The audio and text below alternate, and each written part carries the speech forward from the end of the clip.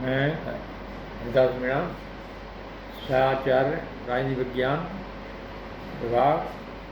आज हम प्लेटो की शिक्षा सिद्धांत पर चर्चा करेंगे।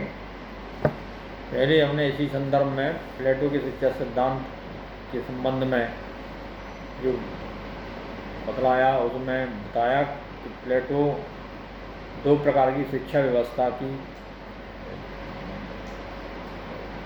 दो प्रकार की शिक्षा पद्धतियों की बात की थी। एथेंस की शिक्षा पद्धति और स्पार्टा की शिक्षा पद्धति। इन दोनों का वर्णन करने के बाद प्लेटो ने इन दोनों शिक्षा पद्धतियों में से दुर्गुणों को निकाल दिया और गुणों को ग्रहण करके तथा इसमें और नई बातें जोड़कर अपने नई शिक्षा नीति का प्रतिपादन किया। अब प्लेटो की शिक्षा योजना में जो कहा है वो इस तरह से है कि प्लेटो की इस पद्धति के अंतर्गत शिक्षा व्यक्ति के जीवन की अनवरत प्रक्रिया है और व्यक्ति की शिक्षा की व्यवस्था राज्य के द्वारा की जानी चाहिए।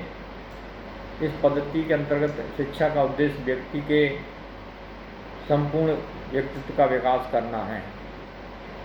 प्लेटो ने अपनी शिक्षा योजना को दो भागों में बांटा है, प्रारंभिक शिक्षा और उच्च शिक्षा। प्रारंभिक शिक्षा सभी व्यक्तियों के लिए अनिवार्य रखी गई है और यह शिक्षा 6 से 20 वर्ष तक की उम्र तक चलती है। शिक्षा का उद्देश्य भावनाओं और संवेगों को संतुलित कर चरित्र निर्माण करना है। यह शिक्षा उत्साह को बढ़ाती है, जो कि सैनिक का गुण है, और व्यक्तियों को सैनिक कार्य के उपयुक्त बनाती है। 18 वर्ष की आयु तक शिक्षा के पाठ्यक्रम में 2 विषय होंगे, ऐसा प्लेटो ने कहा। वे हैं व्यायाम और संगीत। प्लेटो ने व्यायाम और संगीत इन दोनों ही शब्दों का प्रयोग व्यापक अर्थ में किया है। व्यायाम का अर्थ केवल शारीरिक कसरतें ही नहीं, वरन पूर्ण शारीरिक विकास के साथ साथ सहिष्णुता, साहस तथा वीरता के मानसिक गुण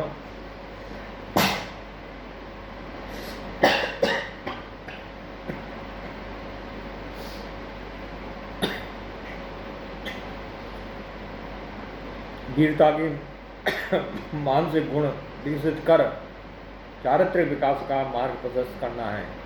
भारकर ने लिखा है कि व्यायाम मस्तिष्क के लिए शरीर को शिक्षित करना है। इसके द्वारा व्यक्ति में सहनशीलता एवं साहस के गुणों का विकास कराया जा सकता है। मन की शिक्षा के लिए संगीत आवश्यक है। जैसा कि भारकर ने कहा है, संगीत मन के सामान्य प्रशिक्षण का मार्ग है।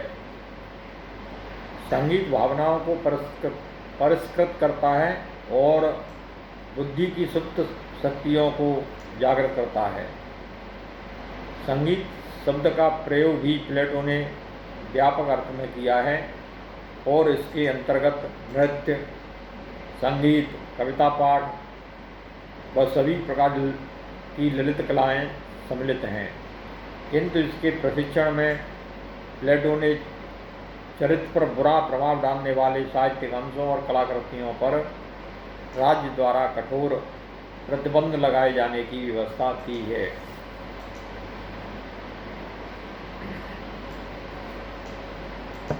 प्लेटो का यह कहना है कि 18 वर्ष की आयु तक संगीत और व्यायाम की उपयुक्त शिक्षा प्रदान किए जाने के बाद 18 से 20 वर्ष की आयु तक साहस, आत्म नियंत्रण और अनुशासन की प्रवृत्ति बढ़ाने के लिए सैनिक शिक्षा होगी।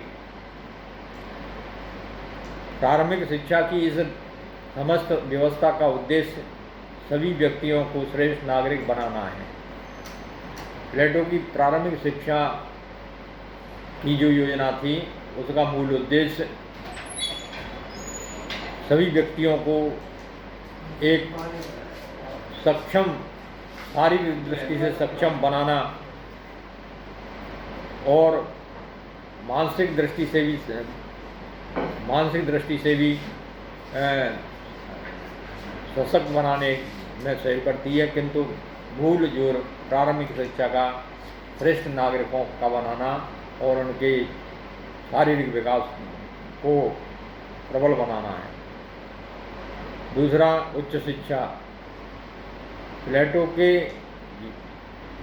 की योजना के अंतर्गत प्राथमिक शिक्षा की व्यवस्था सभी के लिए है, किंतु उच्च शिक्षा की व्यवस्था केवल कुछ प्रतिभा संपन्न व्यक्तियों के लिए है।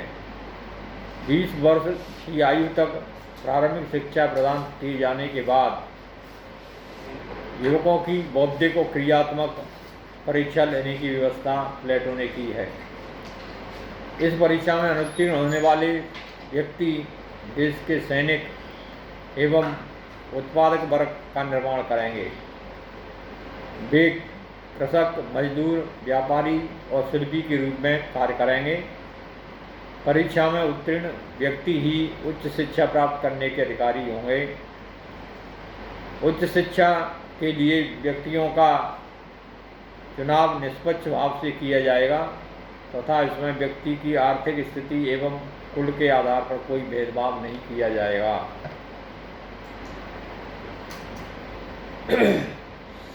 प्लेटो के अनुसार यह शिक्षा राज्य के शासक और संरक्षक वर्ग के लिए है और इसमें स्त्री और पुरुष दोनों ही भाग ले सकेंगे। इसके पाठ्यक्रम के अंतर्गत गणित, नीति शास्त्र, ज्योतिष, दर्शन शास्त्र का अध्ययन रखा गया है।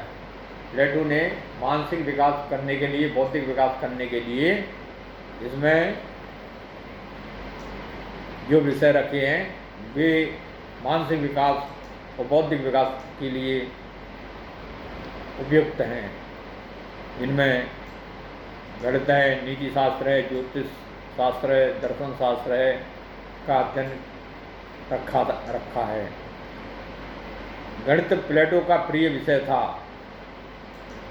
इसे वह दर्शन शास्त्र की प्रथम सीढ़ी मानता था। दर्शन के भावी अध्ययन का मार्ग प्रशस्त करने तथा युद्ध में उपयोगी होने के कारण गणित को उच्च शिक्षा में विशेष स्थान दिया गया है। प्लेटो की शिक्षण संस्था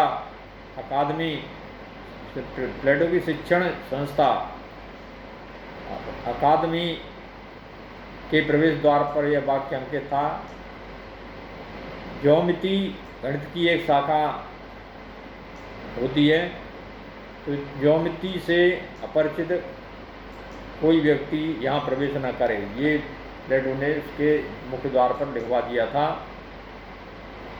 प्लेटो गणित को इसलिए महत्व देता है क्योंकि मूल आधार गणित ही दर्शन का मूल आधार गणित है, इसलिए गणित को इसमें प्राथमिकता दी है। इसके बाद प्लेटो 10 वर्ष की उच्च शिक्षा के बाद 30 वर्ष की आयु में एक परीक्षा की बात कहता है कि 30 वर्ष में एक परीक्षा होगी जिसमें असफल रहने वाले राज्य के साधारण अधिकारी बनेंगे और सफल विद्यार्थियों को 5 वर्ष तक गणित, न्याय, तर्क, दर्शन की विशेष शिक्षा दी जाएगी। प्लेटो ने कहा है कि 5 वर्ष का विशेष पाठ्यक्रम रखा गया जिससे बौद्धिक विकास हो, मानसिक विकास हो। इसके लिए उसने गणित, न्याय, तर्क और दर्शन से संबंधित पाठ्यक्रम पढ़ाया जाएगा। 5 वर्ष की इस शिक्षा में द्वंद्व और दर्शन पर विशेष बल प्लेटो ने दिया है। उन्होंने कहा है कि द्वंद्व और दर्शन है वो बौद्धिक विकास का और मानसिक विकास का सर्वोत्तम माध्यम है, इसलिए इसने द्वंद्व और दर्शन को इसमें सम्मिलित किया है।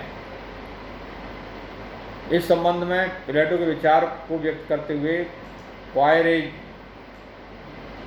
जैसे विद्वान ने लिखा है कि दर्शन प्रौढ़ अवस्था के लिए होता है, युवावस्था के लिए नहीं, दर्शन से प्रौढ़ अवस्था में बुद्धि का तीव्र विकास होता है। इसलिए प्लेटो ने दर्शन को और द्वंद्व तर्क को इसमें महत्वपूर्ण स्थान दिया है। प्लेटो कहता है कि 35 वर्ष तक की यह शिक्षा अपूर्ण ही है, क्योंकि इसके अंतर्गत व्यक्तियों को सांसारिक स्थिति का व्यावहारिक अनुभव नहीं होता। इसलिए उसने कहा कि 35 वर्ष तक की शिक्षा है वो अपूर्ण है। इसलिए उसने आगे कहा कि इसके लिए अगले 15 वर्ष तक जीवन की पाठशाला में कठिनाइयां झेलकर व्यावहारिक शिक्षा प्राप्त करने की व्यवस्था की है।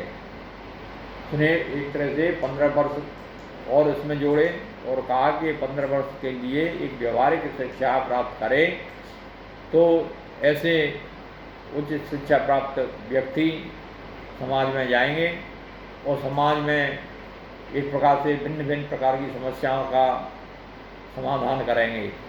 जो व्यक्ति इन समस्याओं का समाधान करके व्यावहारिक शिक्षा में उत्तीर्ण होगा या उसको पास कर लेगा तो वो ही एक तरह से पूर्ण शिक्षा प्राप्त व्यक्ति कहलाएगा। प्लेटो ने कहा कि इस तरह से 50 वर्ष की आयु तक जीवन की सभी परीक्षाओं में खरे उतरने वाले, लोक व्यवहार और शास्त्रों का गंभीर ज्ञान रखने वाले दार्शनिक ही प्लेटो की सम्मति में शासक बनने के अधिकारी हैं। जैसा कि सहवान ने कहा है, प्लेटो द्वारा प्रतिपादित उच्च शिक्षा का यह सुझाव सर्वाधिक मौलिक और महत्वपूर्ण है। तो प्लेटो ने अपने शिक्षा सिद्धांत में जिन महत्वपूर्ण बातों को सम्मिलित किया है वे सभी बातें एक प्लेटो की मौलिक देन है। प्लेटो ने अपनी शिक्षा नीति और शिक्षा पद्धति जो बतलाई उसमें बहुत कुछ उसके मौलिक विचार हैं। साथ ही साथ उसमें एथेंस और स्पार्टा की शिक्षा पद्धति से कुछ ली गई बातें हैं जो उसने इन दोनों में गुण देखे। उन गुणों को ग्रहण करते हुए प्लेटो ने इसमें और कुछ मौलिक बातें जोड़ते हुए प्लेटो ने अपना शिक्षा सिद्धांत का प्रतिपादन किया। इस प्रकार से यह शिक्षा व्यवस्था, यह शिक्षा प्रणाली आज भी महत्वपूर्ण दिखाई पड़ती है और इसी शिक्षा पद्धति में जो